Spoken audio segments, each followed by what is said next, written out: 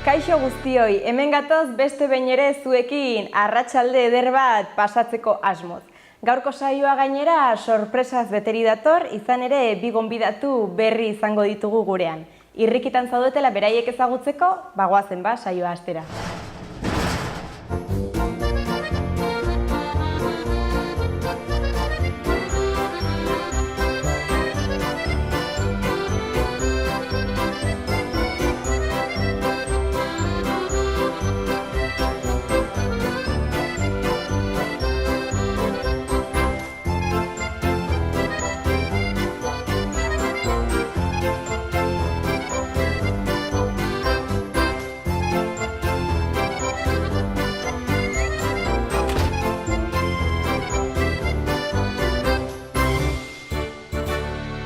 Araba, prest ditugu gaurko gure gonbidatuak, lehenik eta behin esan behar dizut, mila esker Euskal Citira etortzeagatik, animatzeagatik, Xaloa Telebistara. Eta bueno, bai zuen solaskideak zuek ezagutzen joateko eta baita etxeko ikusleek ere, igual zurekin hasiko naiz, aurkeztu iguzu zure burua, nor zaren, nondi zatu zen, aurkezpen txikitxo bat. Bale, ni Olaia naiz, Iruñekoa naiz, berez Barañaingoa, baina 9 urte daramatza Alde Zaharrean, eta orain esango nuke Alde Zaharrekoa naizela. Ja sentitzen zara Alde Zaharrekoa? Ja bertakoa naiz. Eta instituto batean egiten dut lan, Iturroma institutuan. Iruñan bertan orduan? Oso eroso. Egunero oinezi baten naiz, bueltatu, gainera Ciudadelatik, oso polita bidea, bai, oso ongi. Eta hemen naukazue, pixka bat arratsaldea pasatzeko hemen. Eta ziur arratsalde eder bat pasatzen duzula, ziurtatzen dizut.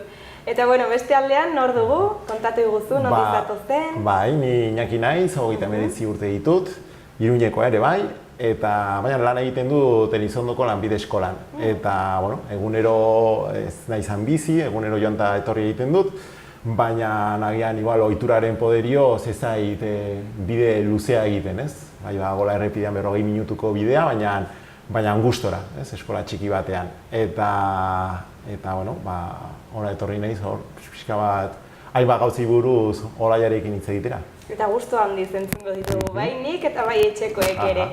Eta bueno, ikusten dut, amankomunean duzuela, biok irakaskuntzara dedikatzen zaretela, bueno, igual hortik hasi zaitezkete gaurko elkarrizketa, baina baita ere gustu handiz entzungo ditugu euskararekin izan dituzuen esperientziak, bai maila pertsonalean, bai lantokian.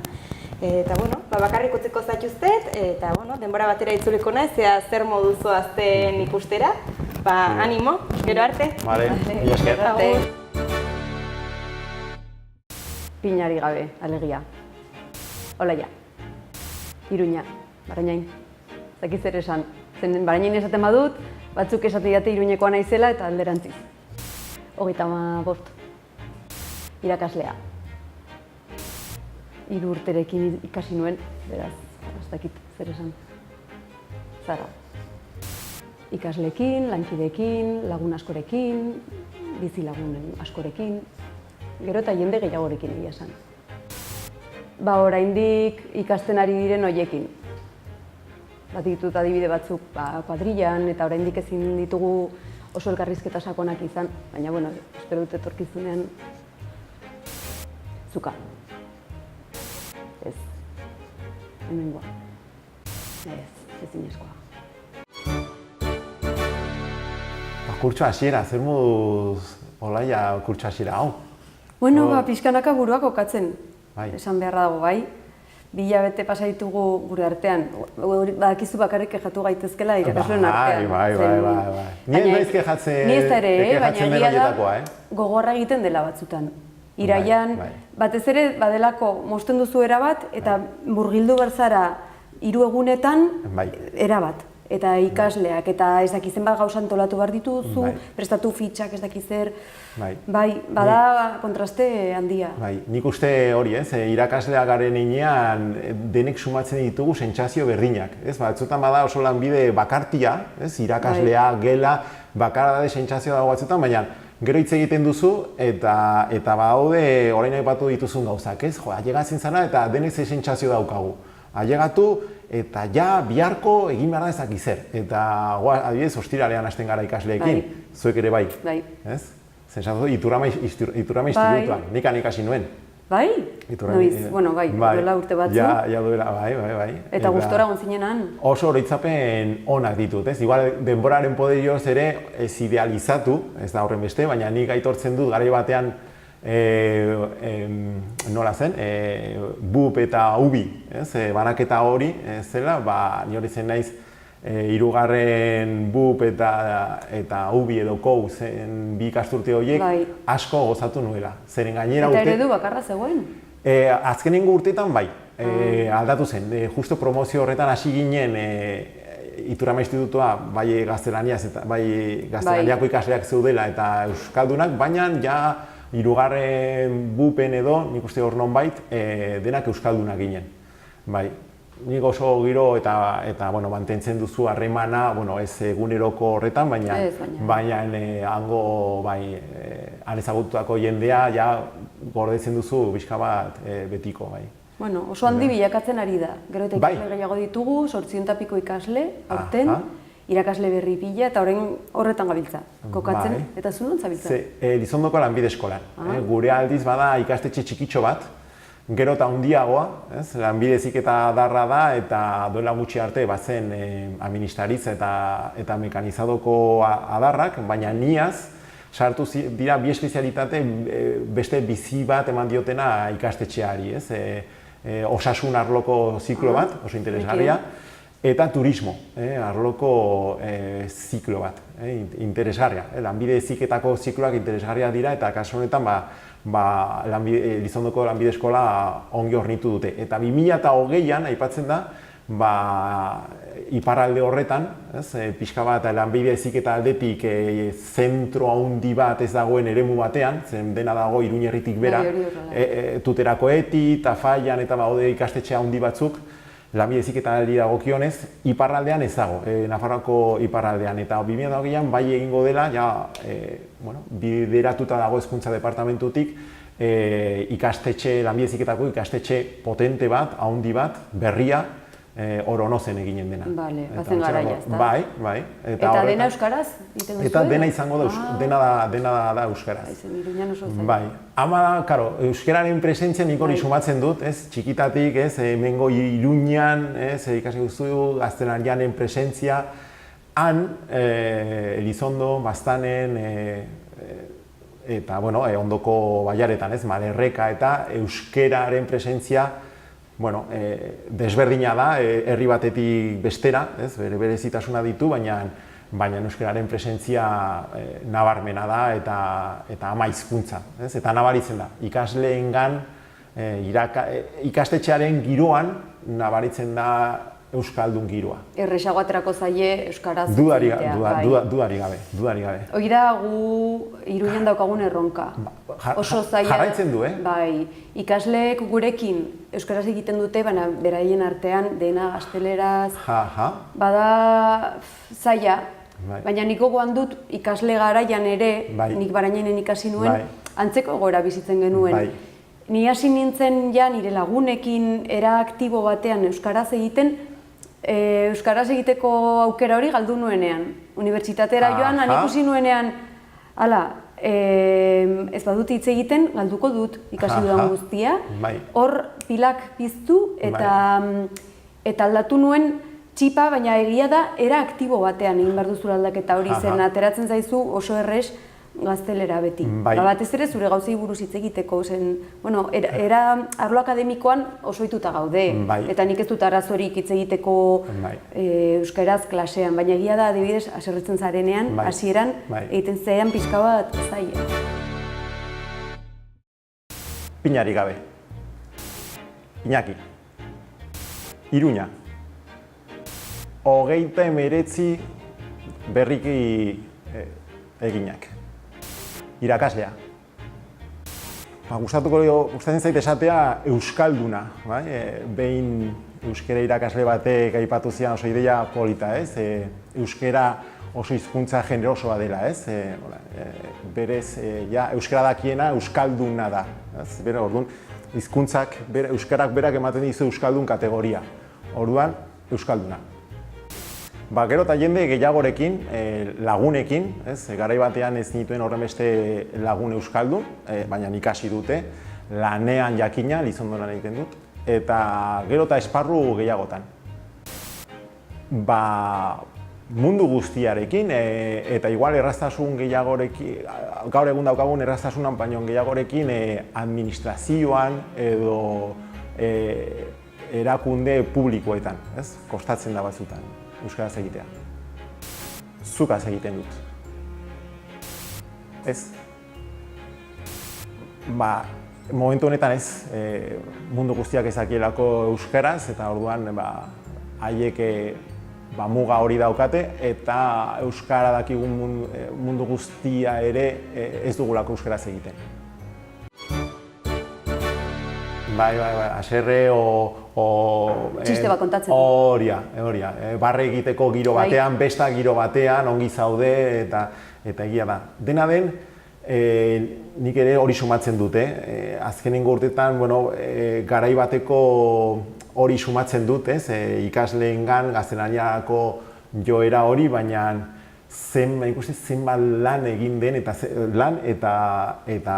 emaitzak jasotzen ari gizartea, jasotzen ari dela euskararen aldetik. Azkenengo 30 urteetan egin den lana, lan intelektuala, irakasleen aldetik, kultura arloan ibilikatako jendea, jotzen baldin badugu duela 30, 35, 40 urte atzera, Iruñerrian gaztelaniaren presentzia pixka marginala, eta zenbat lan egin den, non ja gaur egun, ditugu oraindikan hizkuntzen arteko harreman hori, gaztelaniaren boterea edo indarra, hor dago, baina euskararen duintasun hori nola dagoen hor, eta nik hor azpimarratuko nuke jende askok egin duen lana ikastoletan irakasleak, ez? Osea, proiektuak aurrera ateratzen. Proiektu esan nahi dut, udal ikastolak eta besteak, ez? Osea, batzutan nik uste behin eskola kontseiluko presidente denari, Aitor Etxarte. Bai, esagutzen dut. Aitor Etxarte behin solasaldi batean entzun da, ez? Berak ez zuela benetan onartu nahi edo, onartu nahi, esan ez, egoera berdin duela 35 urteko egoera berean gaudela. Eta hori izango litzateke, hainbat jenderen lanaren porrota. Hori da, eta ez da horrela gainera, ez da horrela. Ez, nik ero eta gehiago entzuten dut. Auzoan, jendeetan, jendearen artean, eta kaletik zoazela, gero eta gehiago entzuten da, bai. Bai, egia da batzutan konplejo moduko bat daukagula euskaldunok. Bai. Esate baterako lehenengo hitza, zenbat kostatzen zaigu euskaraz egitea. Pentsatzen duzu lehenengo gauza, segurazki ez du jakinen, eta ez dut... Neketsua da batzutan, ez? Horrela, neketsua, esan dute, lehen esan duzu, egon martzara aktibo. Aktiboki, eta igual batzutan ez duzu beste pertsona batzuek igual duten joera ama hizkuntza izan dutelako, ez? Joera gaztelaniara, euskarara egitera lehendabiziko hitza, ez? Bai. Bai, eta askotan pentsatzen duzu agian, ez dakit, deseroso sentituko direla, eta orduan, ni somatut eta nahi eta bilabesan sartu eta egun honesan. Eta ikusten duzu nola normaltasunez batzutan ez, baina gero eta arruntagoa dela. Jasotzen batzutan. Egia da, bai. Batzutan ez duzu jasotzen deus. Beste batzutan, gazteleaz, ez da ezer gertatzen. Bakoitzak nahi dugun hizkuntzatan kontua da agurtzea momentu horretan, ez? Baina batzutan ikusten duzula daudela hor tirabira batzuk gure hirian oraindik hor, ez dakit, evidenteak direnak.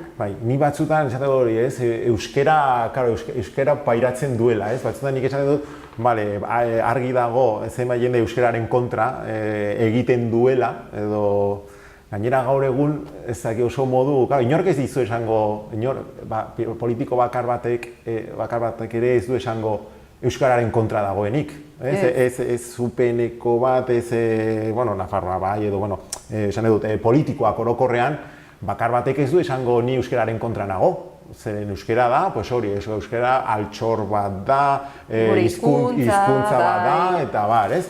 Baina gero, inor ez dago euskararen kontra, printzipioz, baina gero, Eta aldi berean ere kontra egiten diotene baina batzutan ere esaten du, pues a ber nola batzutan igual defenditzeko moduak ere ez dira egokiak batzutan, ez? O nola defenditzen dugun, ez? Batzutan ematen du, ez? Euskalduna, euskera eta, bueno, pues ados, euskera da, baina ez dakit, ez dakit nola esan, ez? Batzutan arrotasun puntu bat aurkezten baldin baduzu, ez?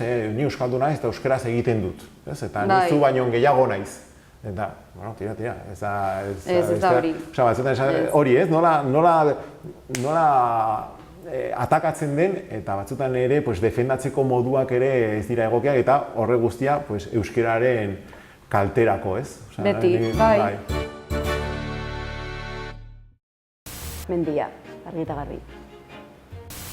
Pixkat denetarik, baina gero eta gauza arraro gehiago gustatzen zaizkit. Bai. Egia esan pizten duanean irrati eta modan dagoen musika gero eta gutxiago entzuten dut. Bai, biolina eta kontrabasua. Bai, oso. Orain ari naiz La voz dormida irakurtzen. Ez dakit oso txarra naiz izenburuekin. Askotan joaten naiz zinemara, baina gero izenburua jaten zaizkit. Orain ez zait bururatzen. Pilates. Bai, oso. Bai. Sicilia eta Roma. Bueno, dena den, nik ikusten dudan joera, edo ni behintzat sentitzen dudana da positiboa. Positiboa. Azken urtetan nik ikusten dut, ez dakit, erresagoa dela ogia euskaraz erostea. Adibidez. Bai, sorpresak hartzen dituzu, eta sorpresik gabe, jantzematen duzu, aldi berean, eta ikusten duzu kutsatzen dela. Zuari zara euskaraz erosten eta hurrengoak eskatzen du euskaraz. Eta orduan, eta esaten duzu batzutan, ze kasualitate orain. Bai, beraz, bueno, a ber, ze nolako etorkizuna duen. Baina nik uste, gainera, iruditzen zait, ari garela Iruñan edo Iruñerrian gure euskalki propioa sortzen ere. Zeren, badira hitz batzuk esate baterako magiko. Ezin dugu hitz egin magiko esan gabe, eta nik uste ja txertatu dugula gure euskalkian, ez duzu pentsatzen. Bai, magiko, jope. Horrelako, badie hitz batzuk ditugunak ainsartuak. Eta zuk, euskara hitz egiterakoan, batzutan, Jose magiko ikasle hau. Bai, oso arrunta da. Gure, behintzat, institutudan, gure artean, askotan entzaten duzu, bai. Eta orduan esaten duzu, eta zergatik ez? Bada hitz bat, txertatu dezakeguna, hemen oso gazteraz hitz egiten dugunean asko erabiltzen dugu, da adibide bat, baina badira, nik uste zergatik ez egin gure euskalki propioa, pixkanaka, ez? Bere garaian zegoen, eta orain nordaki etorkizunean, ez? Euskalki izango dugun. Bai, batzutan ez, gure nortasuna, ez? Eta batzutan komplejo asko ditugu, zen gure euskaraz da iparraldeko euskara bezain dotorea, eta askotan, izaera bat duena, ez? Esate, karo, ez? Entzuten duzu baztango jendea eta esatezu, ze euskara polita. Eta, bueno, gurea desberdina. Hori da, ezaugarri batzu eta ezaki, da atzera joko bagenu, ongi legok eta, bueno, hor ikertuta seguro dagoela, eta bar, ez? Esan nahi dute, hemengo euskararen jatorria eta ezaugarriak, ez? Baina batek daki, non dauden ezaugarri horiek, ez? Esan nahi dut, aldi berean ez, zenba adituk ere egin duten lan horretan, Osa, ikertzen, esamolde zuzenak ateratzen, eta bai akademikoak, Osa, esan dut, euskaraz ze indarra duen, ze indarra osasun aldetik, beste segura aski ezakin munduan egonen dira desagertzea dauden hizkuntzak, eta euskara hor dago, bere eusteko gogori, ez? Eta akademia batekin, eta unibertsitateak, eta jaiak egiten dira, eta beti bilatzen dugu hitzakiren bat hori elkartzeko, gauzak antolatzeko. Nizentzu horretan nik uste oso bizirik dagoela. Kulturalki diote, beraz, nik uste etorkizuna izango duela, naiz eta orain globalizatu zentzu guztietan, nik uste edo pentsatu nahi dut, mantenduko dugula. Bai, mundu globalizatu horretan, euskerak... Bere lekua izan behar duela, bai. Bai, nik hori denek sumatzen dugu hori. Eta zuk 3 urterekin ikasiko zenuen, nik bezala, ez? Ikastolan eta gu gara, pues hori, ez? Esaten dut, ez? Jende horren lanaren ondori bat, ez? Bai. Ni gurasoek ezakite euskeraz. Nirek ez dare, hitzen bat, baina horrela egunerokotasunen ez genuen erabiltzen etxean. Hori zen fase hori, ez? Etxean giro euskalduna ez izatea, nahi arrebekin, baina salto hori. Egia da, euskaraz pentsatzeko gaitasun hori daukagula, baina egian falta zaigu egunerokotasun horretan, ez dakizu aldatzen ari zarela, hainbat hitz, ez eskuz bain errez, ateratzen hori beti, txikitan gazteleraz dituzulako. Ama bati entzunda edo erreferente horiek.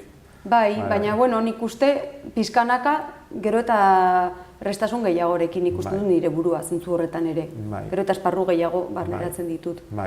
Baina gero egia da, adiez, zu aritzen zara musikan, ez? Hori nire denbora librean bai, lanean ez. Eta beste mundu horietan, ez? Ez da mundu giro euskalduna bilatu beharrik, ez? Baina batzutan ere esan duzuna, ez? Bukatzen dugu gure alderdi akademikoa, erabat euskalduna izan dena, ez? Ikastola, gero ja, unibertsitatea hasten da beste mundu bat, baina batzutan kirol bat praktikatzen duzula edo, ez? Euskararen presentzia batzutan Babito, oso kuriosoa. Musikan adibidez. Mendia. Musika mota denetarik, ez? Egia esan ez dut, ez nahi oso estilo, ez daukat estilo definituagorik, baina musika gustatzen zait. Garai batean txikitan akordioia, ikasi nuen, oso ez nuen ongi ikasi, eta ez dut momentu honetan instrumento jotzen. Bai, eta gero eta gehiago. Liburu txiki bat, motza, baina oso gomendagarria. Balzaken La obra maestra desconocida. Beste film gomendagarria, edo niri asko gustatu zitzaidana, Woody Allenen Café Society. Bai, eta oso gustora gainera, berriki. Asko zaletu naiz orain kalistenia deitzen zaion kirol mota bati dela zure gorputzaren pisuarekin ariketak egitea. Oso gomendagarria ere bai. Bai, baina oso gutxi bidaiatu dut nire bizitzan zehar. Baina ikusten dut oso aberasgarria dela eta nahiz eta gutxi egin gustatzen zait. Ez dakit hori. Azken bidaia, esaten badi luzea, penintsulatik kanpo inora, baina duela gutxi islan egon nintzen, Kantabrian. Niretzat musika da, esparru bat, gure hirian, beste burbuja batean bizi den jendearekin, zerbait amankomuna izateko eta partekatzeko. Musika bera burbuja bat delako. Diozu? Ez, alderantziz. Euskal mundua eta nik batzutan konturatzen naiz, harremanatzen naizela, ez ideologikoki nire ideiak dituen jendearekin bakarrik, baina egia da, pixka bat ideiantzekoak dituen jendearekin joera hori daukadala, azkenean lan egiten dut D ereduan. Hango irakasle guztiek daukate buruan euskara zendu behar dela. Orduan, hainbat gauza ditugu amankomunean pentsakeran.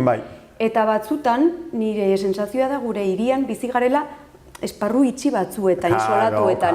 Eta musikaren bidez, apurtzen ditut, behintzen nire inguruan daukadan burbuilari eta ezagutzen ditut beste mundu batzuetan bizi diren pertsonak. Eta zentzu horretan batzuetan, kuriosa egiten zaizu, komentario batzuk entzun, eta esan, nola esan du hori, nire inguruan ez duke inoiz entzun hori. Baina nik uste zentzu horretan oso aberasgarria dela.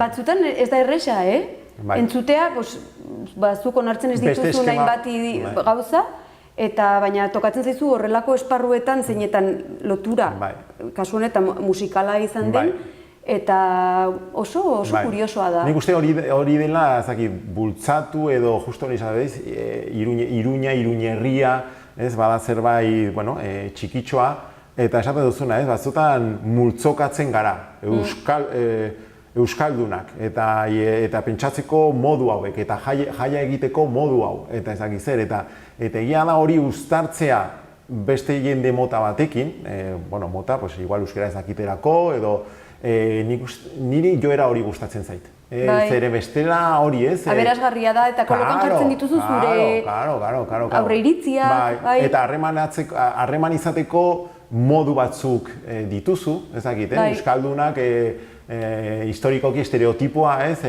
jende itxia, jende estereotipoak, ez. Baina bai, niri gustatzen zaidala, ez dakit, ez? Zergatik euskaldun bati zaio gustatuko, euskaldun, ideologia edo zaio gustatuko, oso desberdina ez dakit, ez? Lekuz kanpo dagoen zerbait, ez? Edo, zuri gustatzen zaizu, ez dakit, ez? Balea, edo, balet, Home, hori gertatzen da, gero eta gutxiago, baina gure kaleetan, parranda egitera ateratzen zara, eta kale bakoitzan daukazu musika estilo bat. Kale bakoitzea. Musika estiloa eta idei mota bat, oso banatua dago, eta bestire batzuetan ez da hori gertatzen. Orain gero eta gehiago, baina euskaldunak reggaeton dantzatzen ikustea arraroa da, zeren euskaldunen eremuan jartzen da rock musika, hori pixkanaka bado aldatzen, eta nik ikuste dut ikasleengan. Erabat ados. Orain berrik egin dela, flamenko on fire historia, euskaldun bat izatea, nik miresten dut kamaron, edo nola, ezakit, gorritiko bati, edo Iruñe, kamaron, flamenkoa, hori da andaluzen kontu bat, eta hori ez, bai guk beste eremu batzuetatik eta beste eremuak gu gandik ere bai, ez? Nik adibidez, etortzen zait burura, Iñaki Perurenaren estereotipoa, ez? Harri jasotzaile bat, indarra hutsa bakarrik erabiltzen duena, eta agertzen zaigu gizon euskaldun bat, harriak altzatzen onena dena, eta izu. Eta idazten duena. Eta idazten du, eta ez da animali bat. Ez da, euskalduna ez da, hori ez, indarra soilik erabiltzen duen zerbait, ez? Estereotipo horiek, ez? Eta horietan, nik uste hor jendea erreferenteak edo badaudela, ez? Iñaki Perurena bera edo beste batzuk, gaur egungo kirolariak, gazteak. Nik uste musika eta kirola zentzu horretan hori daukatela mankomunean. Azkenean partekatzen duzula hori, ahaztuta, norzaren eta nondik zatozen. Bai, eta beste batzuk, bai. Eta zu zer partekatzen duzu kirolen bat? Bera garaian pilota egin nuen, ez? Txikitan gustokoen nuen kirola, segurazkirik gabe, aitaren eraginez pilota zen, ez? Eta orain asko saletu naiz, berriki duela urte batetik ona, ez? Zure gorpu, ez dakit, hau zenbait disiplina, ez dut platikatzen, baina yoga delakoa edo, ez? Batzuk edo, yoga oso gomendagarria da, ez nik ez dut egiten, baina zure gorputzarekin, ez? Hori flexibilitatea, indarra, lantzea. Eta bain, orain saletu naiz, hori ez, kalistenia ez deitzen zaion gauza bati ez, dela hori dominadak egitea edo zure gorputza kontrolatzeko gaitasuna izatea. Eta gomenda hori nik, baina bai ikusten dut lotura bat, hori yoga batekin edo, ez, batzutan ikusten dituzu posturak egiten, ze ari da, zetekin aterako dio eskuakola jarrita, ez, euskara gorputzaren kontrol hori, ez. Eta hori bai guk irakasleak, ez, hainbat ordu eserita pasatzen ditugula, gorputzaren nik beti garrantzia eman diot hori, ez, pixkat gorputzari eskatzea eta gorputzak ematea. Korrika saio bat edo, eta ni dutzen zait, ez, hor grekoek esaten, mensana incorpore sano, ez, hor burua ongi, baina burua ongi baldin badago, gorputza ongi dago, eta gorputza ongi baldin badago burua ere bai. Eta ideia hori, bai.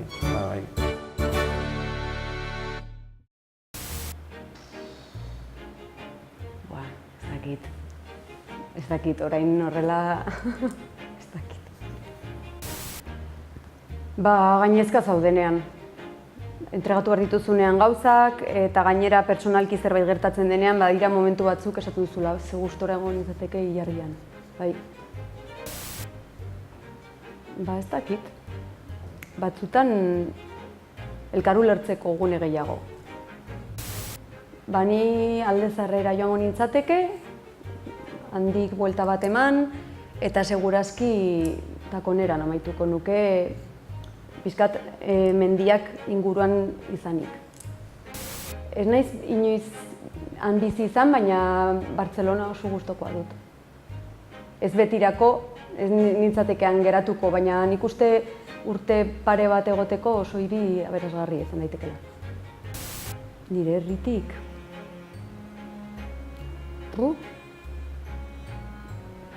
Ez dakit zer esan.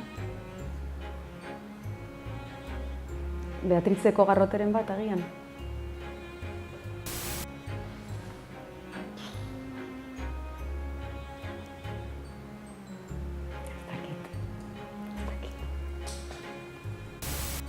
Euskal munduan Maialen Lujanbio.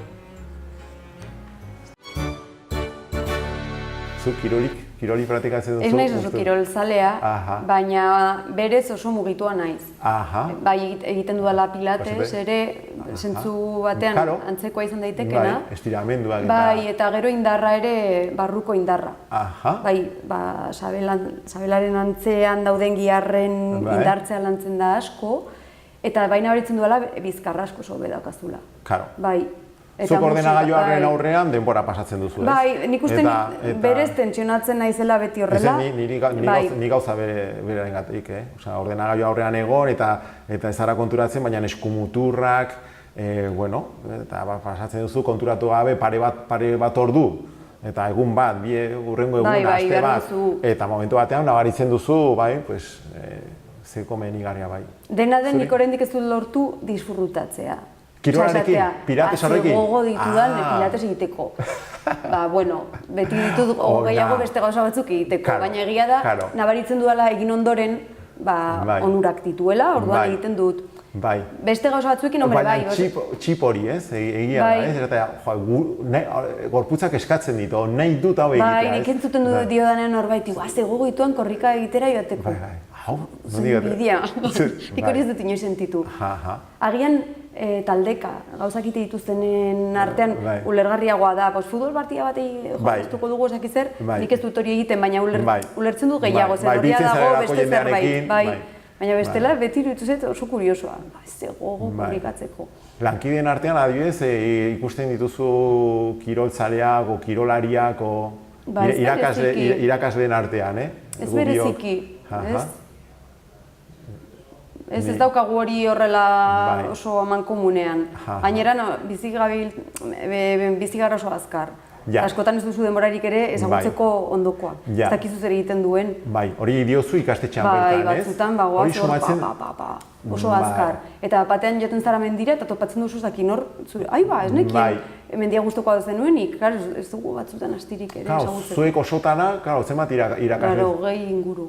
Eta ez duzu elkar ezagutuko, denak ez dituzu elkar ezagutuko. Batzuk ez, eta gazte batzuk gainera nazten dituzu. Bizkaz bai, 80ak bai, agian ere. Bai, baina iaz adibidez, ez dakit maiatzean, apirilan sartu ziren batzuk, oso gazteak ziren batzuk. Eta orduan, esaten duzu. Ikaslea da? Ikaslea edo irakaslea izanen da. Bai, egono. Nik alderdi horretatik iturrama bat nik ezagutzen dut ikasle garaitik, eta ikastetxe, mardul bat da. Elizondoko Lanbide Eskola ikastetxe txiki bat da, ikasturte honetan, ikusiko ditugu matrikulazio datuak, baina 100 gutxi ikasle gara, ehun da hogei ikasle inguru ibiliko gara, ikastetxe osoan, eta irakasle hori 20 gutxi. Eta hor bai sumatzen dela, nik gutxienez gustatzen zait dagoen etxeko giro hori edo lan eremu txiki bateko giro hori, ez? Esaten duzuna handi batean, bere alde onak eta txarrekin hori ere bai, ez? Inpertsonaltasun horrek uzten dizu batzutan askatasun hori, ez? Eta kuriositate bat, zuen ikaslegoa, zer dira gehiago neskak, mutilak, zen karo, zikloetan batzutan oso banatuta egoten da, ez da? Hori da beti dagoen erronka hori, ez? Bai betetzen dela eta gizartean dauden joerak klasean badaude, ez? Baina, ehuneko batean apurtu dira, ez? Nik adibidez ematen dut administratiboko ziklo batean eta hor mutilen presentzia normala da. Oso normala, garai batean, duela urte batzuk administratibo zen emakumeak, mutil bakar bat ere. Nik horren beste ez nuen ezagutu garai hori. Baina, bai, eta gaur egun, mutilak egotea... Baina adibidez neskak ez dakit mekanizado eta bestea hori da zailago, irakasleak baditugu, gutxi, baina irakasleren bat emakumea dena mekanizadoen badago, eta neskak, eta ez jakina hori, ez dago inongo trabarik jakina, ez? Baina traba da, hori ez, igual, gustuko ez izan, bueno, ezagutzen dugu ere... Eta batzutan ematen den orientazioa aurretik. Ematen du, badirela ziklo batzuk neskentzat, eta beste batzuk mutilentzat. Eta ez bakarrik orientazioen eskoletan, gizartean, gurasoen edo familia inguruko jendearen artean, ematen du nola egingo duzu mekanizado neska izanik edo ez dakit. Eta guk geun, ez dakit, nik neuk begiratuko banu neure barrenean, ere, hori hor dago, presentzia, ez, eguneko, ez, nik onartuko nuke, onartzen dut, baina, denok ditugu gure, ez dakit, gauza, nola hasiko da, ez dakit, ez, neska bat edo mutil bat, honetan, ez? Nahiz eta esan, jakina baietz, nahi izatekotan, bai. Nik gertatu zen ikastuteren batean, neska batek oso garbi zukan mekanizado egin nahi zuela eta familiaren eraginez matrikulatu ezena. Eta gure mintegi, ikastetxeko mekanizado mintegiko irakasleak, hori guraz, baina zertan ari zarete, nola ez diozue utzi eta, utzi eta ez matrikulatu. Eta berazen dena, gustoko zuen, ez dakit, ez gara horren beste motorrekin ibiltzen, baina giro hori ez, garbi zukan, hori zen. Eta ez dakit zertan arituko zen, baina ez zuen... Ez zula dirudi, baina oraindik... Bai.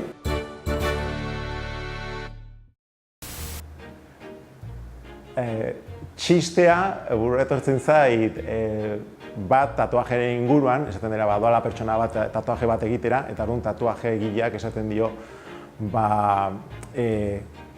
ongi pentsatu behar duela zer egin behar duen. Tatuaje hori ez nekatzeko, egunero ikusiko du, eta orduan horrekin oso perma zegoen. Ongi pentsatu zer egin behar duzun. Eta tira, betiko da, bestela nekatuko zara. Eta alguna azkenean esaten, tira, egizkia da hemen bikroketa.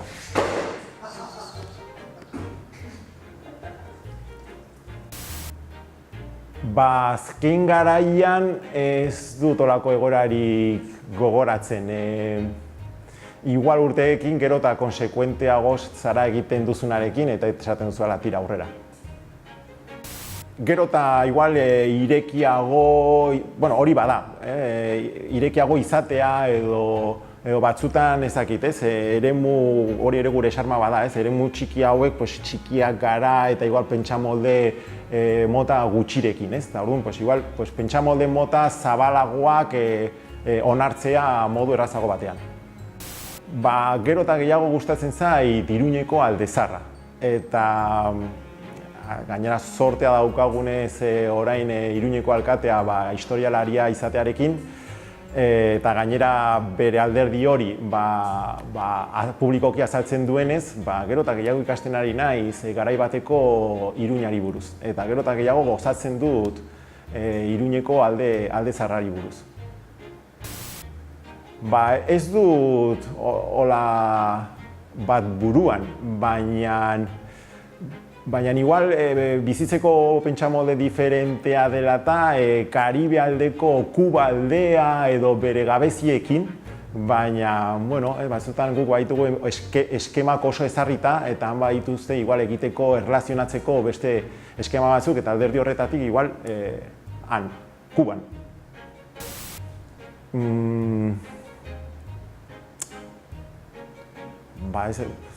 Janaria etortzen zait burura. Ez naiz ausartzen aitortzera. Garai batean eta pilotan aritu nintzenez, niretzako historian egondako pilotari onena, Julian Retegi, asko minestu nuen txikitako idolo bat zelako, ez? Eta hola bote prontoan, etortzen zait figura hori, Julian Retegi. Nik lan egin nuen lanbide heziketan ere, hasi nintzenean, basogintzan eta lorezaintzan, eta gauza bera, basogintzan nituen 21 ikasle, 19 mutil eta 2 neska. Lorezaintzan orekatzen zen pixka gehiago, baina ez pentsa. Lorezaintzan gero eta gehiago, baina nekazaritzan, abeltzaintzan eta basogintzan oso gutxi. Eta irakaslegoa aldatzen ari da, baina egia da, oraindik falta zaigula asko. Bai, beti egonen dira gauzak aldatzeko, hori jakina. Baina badago non lan egin, bai. Zuk sumatzen duzu hori aipatutako bakardadea. Batzutan, diozu, gelan o lan egiteko momentuan, lankidetza falta, zergatik ez du, ikasturte oso bat eman dezakezu zuk bakarrik, zure gauzetan. Bai, oso kuriosoa da, jendez inguratuta zaudela, ikasleak dituzu beti hor aurrean, zurekin, baina egia da, askotan zaude bakarrik sentitu zaitezke zure eguneroko prestakuntza horretan, eta etxean egin behar dut hau, eta zuzendu behar dut hau, eta besteak, eta hori egiten duzu bakarrik. Zu zure buruarekin. Eta zu erantzule bakarra. Eta egin behar dut biharko hau, eta ez dakit zer, eta batzutan nik esomatu dudana da azken urtetan egin zituzten murrizketekin, ordu gutxi ditugula gure artean partekatzeko gure esperientziak eta gure kezkak. Eta gure zen batzutan oso lan emozionala da. Eta egun batzutan, ikasleak ez badaude ongi, batzutan dituzte bere arazoak eta bere kezkak azaleratzen dituzte klasean, eta batzutan ezin duzu klase arrunta eman, eta eman behar duzu denbora, ez dakit, patioan izandako gatazka bat konpontzen, eta oso emozionala da, eta batzutan zu ateratzen zara horrekin, eta batzutan zaila da, gero, izatean horbait konpartitzeko hori. Norekin, hori gertatu da, egin duzu, baina eta orain zer, ez? Nik ikaslearekin egon naiz, baina hurrengo pausua edo hurrengo bizipena edo... Bai, eta txirrina jotzen du, eta hasi zara kontatzen, eta badoa bestea... Orain sartuko da, bai. Nik hori ikasleek ere sumatuko dute, ez? Esan nahi dute, orain irakasle bat sartzen da, hurrengoan beste irakasle bat, ez? Bloke, lehen aipatu ditugu blokeak, ez? Burbujak eta, ez? Batzutan ere, gara, orain sartzen da irakasle bat, bere ezaugarriekin. Orain sartzen da hurrengo irakaslea bere ezaugarriekin, bere izan... Batzutan esate dizute, gertatu zaigu hau, ez dakit zer ematen duen, ez dakit zer egiten duen. Batzutan gu bakarri dakigu zer egiten dugu. Bai. Zu pozik zaude, bide honetan? Bai. Zenbat urte eramatzen? 10. Eta nik ere, bai. Bai, 10 urte, eta... Bai, nik bere garaian enpresariales ikasi nuen, eta hasi nintzen Nafarroako Rural Kutxan, lanean, eta holako lanbideetan, eta gero bola batez, lagun batek irakasle ikasketak egin zituen, eta esan, ikusten nuen bere egiteko modu, eta gustatzen zitzaidan, ez? Ideia hori, irakastearen ideia. Ez dakit zer, jakin behar dut zerbait irakasteko, baina nire gustatzen zitzait irakastea. Eta orduan, euskara irakatsi nuen, Iruin herriko euskaltegietan, AEkan, Alde Zaharrean eta oso bizipen interesgarriak, hor bai oso esperientzia nik askotan hor... Baina helduekin, bai, nik zenbatetan negar egin dudan barrezka. Egoera bat sortu delako, eta sortu dugulako, azken finean AEkako metodologia hori uztartzen du alderdi praktikoa, humorea posible baldin bada, eta irakastea, ez? Orduan hori uztartzen baldin bada ongi, hor sortzen da mundiala, ez? Ikaslearen aldetik, egoera txistoso horiek, eta oso, bai, eta hor bai, ze interesgarria, ez? Irakastea, hemen ezago holako lan jardun honetan, irri egiten dugu adibidez. Eta posible da hola lan egitea, ze interesgarria. Eta orduan, gero ja egin nuen ez enpresariales, lotu nuen administratiboko ikasketa horiek lanbide heziketara bideratuta, eta hor nago ere. zenbaitetan barre egiten ere bai gelan, talde txikia garelako eta orduan posible da beste modu batez egitea. Zen, zuk gela batean zenbat ikasle dituzu? Bueno, baitut hautazko batzuk eta hautazkoetan ikasle gutxiago. Normalean 25 inguru. 25 inguru. Baina beste klase batzutan hautazkoetan aurten izango ditut talde batean 10, beste batean 15, beste batean 25, hortik ibiliko naiz. Karo. Nik esaten baldin badizut, nik aurten talde batean izango ditut 7 ikasle. Nik ez izan dituen 4. Eta nik nahiago dut gehiago izatea. Gehiago izatea. Iritzi desberdin gehiago izateko eta joko gehiago ematen duelako. Erronkarin izan nintzen urte batez, eta behar nuen saltsa gehiago. Lau izateko oso aktiboa gara denak, irakaslea bera, irakaslea eta ikasleak edo bestela, ikasleko asko ematen dute. Giroa palegia izan daiteke. Karo, bestela esaten dut, eta sentsazio hori, Zuri aberasten dizu irakaskuntzak? Asko. Ni oso pozik nago eta asko ematen diate. Niretzat oso aberasgarria da. Aurten adibidez, jarri dugu, iaz jarri genuen baratza eskolan, eta izan ditut ikasle batzuk preste egon direnak. Idurama institutuan? Pago baratza bat. Jarri dugu baratza bankal batzuetan. Leku askotan jartzen da, irakaskuntza eta baratza, zenbat joko ematen duen baratza batek. Izan ditut 3 ikasle, uda osoan etorri direnak institutora. Ni Iruñan nengoenean idazten nien. Baratza mantentzera. Joango gara, nik erosten dituen letxuga landare txiki batzuk, eta horregon dira, eta hori oso aberasgarria da. Ikustea beraiek sentitzen dutela, hori zaindu behar dutela, beraien letxugak direla, oso brutala izan da. Eta hortikan, produktuak aile jasotzen dituzte, ez? Eta egiten genuen banaketa egunero, eta joten ziren etxera pozpozik. Horregatik esate dizut, nik uste batzutan hitz egiten dugu, nerabei ematen diezu hau, eta beraiek ematen dizute hau.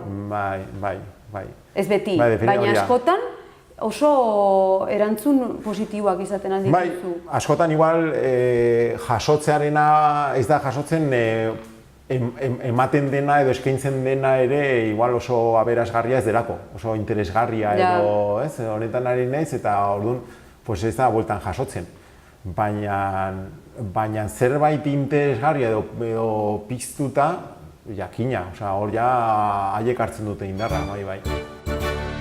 Bueno, bikote, ze ongi aritu zarete. Benetan, plazer bat izan dela zuei entzutea, zenbat kontu interesgarri esan dizkigu zuen. Alde batetik, euskararen inguruan aipamen oso garrantzitsuak egin dituzue. Bestalde irakaskuntza jorratu duzue, irakasle izateak dituen sentimendu eta bizipenak baita ere, asko zenuten hor amankomunean gainera, eta benetan primeran, zuek nola ikusi duzu zuen burua? Ni oso eroso naiz. Oso gustora, bai, esan duzu bezala hori ez, gai komunak eta bai. Esperientzia berazgarria izan da orduan elkar ezagutzen ez zenuten pertsona bat ezagutu hemen, eta solasaldi bat. Erreza, bai. Pozten naiz, eta horrela aipagarriena egiteko zerbait aipatzekotan, nola gelditu zaizuen ideiaren bat edo besteak esan duena? Niri hori ez, batzutan nola gure pentsamenduak, zu pentsatzen duzuna, besteak ere pentsatzen duen, ez? Lehen aipatu duguna, sentitzen naiz horrela, orain estresa, ez dakit zer, eta pareko sentsazioak. Batzutan iruditzen zaigu gure sentsazioa dela, baina beste bat egiten dugu eta gero konturatzen zara, ondokoa antzeko parezioa dagoela, antzeko parezido. Eta batzutan komeni da gainera elkar banatzea, hobeto sentitzeko. Benetan, hementxe amaituko dugu, eta mila esker berriro ere Euskal Fitira etortzeagatik, eta horrelaxe jarraitu animo kursoarekin, eta beste bat arte. Osongi, mila esker. Ze polita den Olaia eta Iñaki bezalako hizlari finei entzutea, ezta? Hurrengo saioan beste 2 gonbidatu nafar izango ditugu, beraz, ez ezazue galdu. Hurrengora arte.